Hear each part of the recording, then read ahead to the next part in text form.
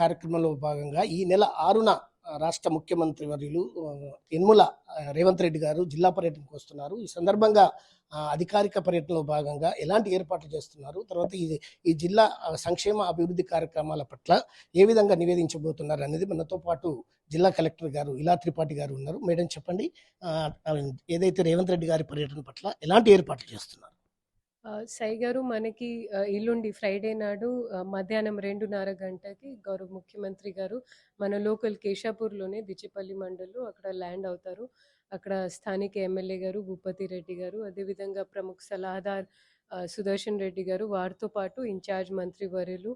And మేము అక్కడ ఆ రోజు రూరల్ సంబంధించిన, ఎందుకంటే మనకి అర్బన్లో అయితే మోడల్ కోడ్ ఆఫ్ కండక్ట్ వర్తిస్తుంది, బట్ రూరల్ సంబంధించిన కొన్ని మన గిరిజన అభివృద్ధి శాఖ సంబంధించిన, అదేవిధంగా విద్యాశాఖ సంబంధించిన దాదాపు ఒక 700 కోట్ల నిధులతో అక్కడ కొన్ని పనులు ప్రారంభ చేయబోతున్నాము గౌరవ్ ముఖ్యమంత్రి గారి చేతి మీదుగా. దానికి సంబంధించిన అక్కడ ఏదైతే మీటింగ్ వెన్యూ ఉందో అక్కడ మొత్తం మౌలిక వెసులుబాటు కల్పిస్తూ అన్ని ఏర్పాట్లు, అదేవిధంగా ఏదైతే అడ్వాన్స్డ్ సెక్యూరిటీ లైజనింగ్ మీట్ ఉంటుందో గౌరవ ముఖ్యమంత్రి గారి భద్రత పట్ల, లా అండ్ ఆర్డర్ పట్ల, వాటి మీద కూడా మేము క్షుణ్ణంగా మానిటర్ చేస్తున్నాము. ఉన్నప్పటికీ కూడా మేము ఎక్కడ కూడా మోడల్ కోడ్ ఆఫ్ కండక్ట్ని, ఆచార సంహితని మేము ఎక్కడ కూడా ఉల్లంఘన చేయకుండా మేము ఆఫీసర్స్ పరంగా, సిబ్బంది పరంగా అంతా జాగ్రత్తగా వహిస్తున్నాము. ఇంకెలాంటి శంకుస్థాపనలు లాంటివి ఏమన్నా? అంటే రూరల్ ఏరియాలో ఉన్నాయి. మనకి 3 నియోజకవర్గాలకు సంబంధించిన young India integrated residential schools, ఒకటి బోధన్, ఒకటి నిజామాబాద్ రూరల్, ఒకటి ఆర్మూర్ ఆ రోజు చేయబోతున్నాము శంకుస్థాపన. అదేవిధంగా మనకి ఒకటి సైన్స్ ల్యాబ్ విద్యాశాఖ ఆధ్వర్యంలో అది పూర్తి అయింది. దాన్ని ఇనాగరేషన్ కోసం ప్రారంభం చేయబోతున్నాము గౌరవ ముఖ్యమంత్రి గారి చేతి మీదుగా. అదేవిధంగా మనకి ఇంజనీరింగ్ ఈడబ్ల్యూఐడిసి ఆధ్వర్యంలో దాదాపు ఒక 40 కోట్ల నిధులతో కొన్ని మౌలిక వసతులు, additional classrooms, Eklavya model residential స్కూల్స్లో కావాల్సిన స్టాఫ్ క్వార్టర్స్ అవి అన్నీ ఆ రోజు ఫౌండేషన్ వేపిస్తున్నాను.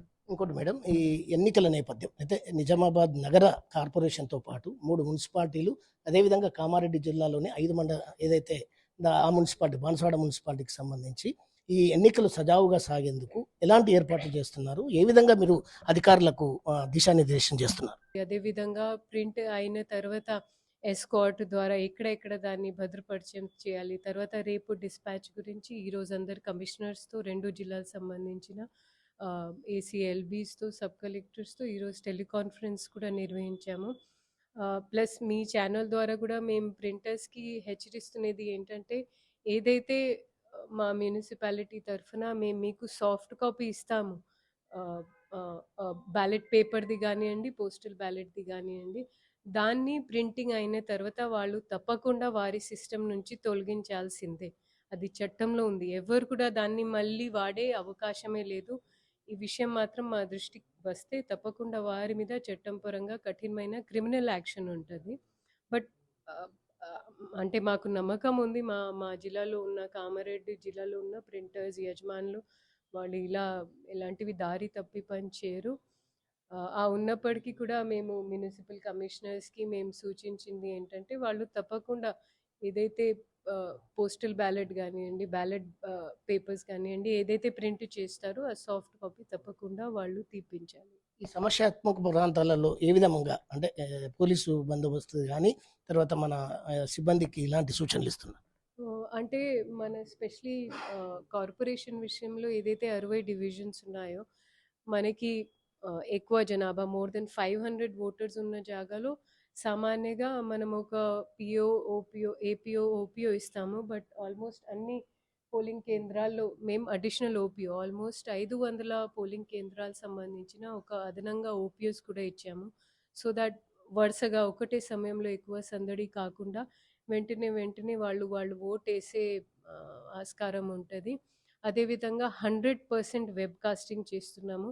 అదేవిధంగా 100% పోలింగ్ స్టేషన్ అంటే బయట కూడా మేము పోలింగ్ స్టేషన్ లొకేషన్స్లో కూడా వెబ్ కాస్టింగ్ చేస్తున్నాము. దీంతో పాటు మన కౌంటింగ్ సెంటర్స్లో కూడా మనం మొత్తం చుట్టూ 2 స్ట్రాంగ్ రూమ్స్ కేటాయిస్తూ ఆ రోజు పాలిటెక్నిక్ కాలేజ్లో సెలవు ప్రకటిస్తూ మొత్తం పకడ్బందీగా సజావుగా ఇలాంటివి అన్ఆథరైజ్డ్ ఎంట్రీ లేకుండా సిపి సార్ కూడా వారితో కూడా ఒక సమన్వయ మీటింగ్ నిర్వహించాము. అబ్జర్వర్ గారు కూడా దీన్ని పర్యవేక్షిస్తూ ఆయన కూడా సాటిస్ఫై అయ్యారు. సో మొత్తానికైతే కలెక్టర్ గారు చెప్తున్న ప్రకారంగా ఏదైతే సీఎం సభను కూడా సక్సెస్ఫుల్గా నిర్వహిస్తూ అదేవిధంగా జరగబోయే మున్సిపల్ ఎన్నికలను కూడా పూర్తిగా సజావుగా ప్రశాంత వాతావరణంలో జరిపేందుకు అన్ని ఏర్పాట్లు చేస్తున్నామని చెప్తున్నారు.